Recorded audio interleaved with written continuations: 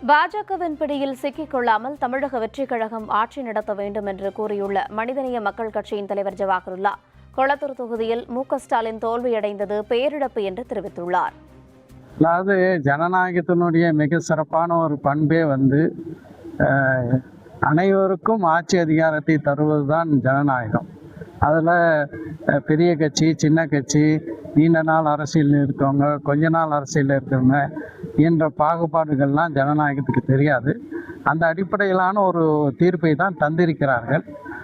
இந்த தீர்ப்பை கருத்தில் எடுத்துக்கொண்டு தமிழ்நாட்டினுடைய பாரம்பரியத்தை, குறிப்பாக தமிழ்நாடு தன்னுடைய உரிமைகளுக்காக எப்போதும் தலை நிமிர்ந்து நிற்கின்றது.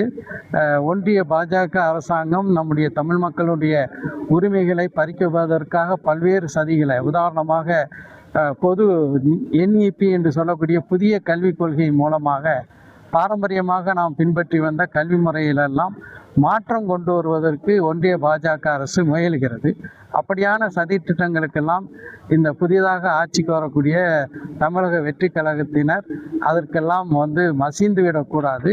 இந்த பாரம்பரியத்தில் தொடர்ந்து தமிழ்நாட்டினுடைய உரிமைகளை காப்பதற்காக உரிய நடவடிக்கைகளை அவர்கள் எடுக்க வேண்டும் என்று இந்த நேரத்தில் கேட்டுக்கொள்கிறேன். திமுக தலைவர் வெற்றி வாய்ப்பை வந்திருக்காங்க, ஒரு குழு அதை எப்படி பார்க்குறீங்க? மக்களுடைய மனநிலை அது மிகப்பெரிய ஒரு பேர் இழப்பு தமிழ்நாட்டு மக்களுக்கு.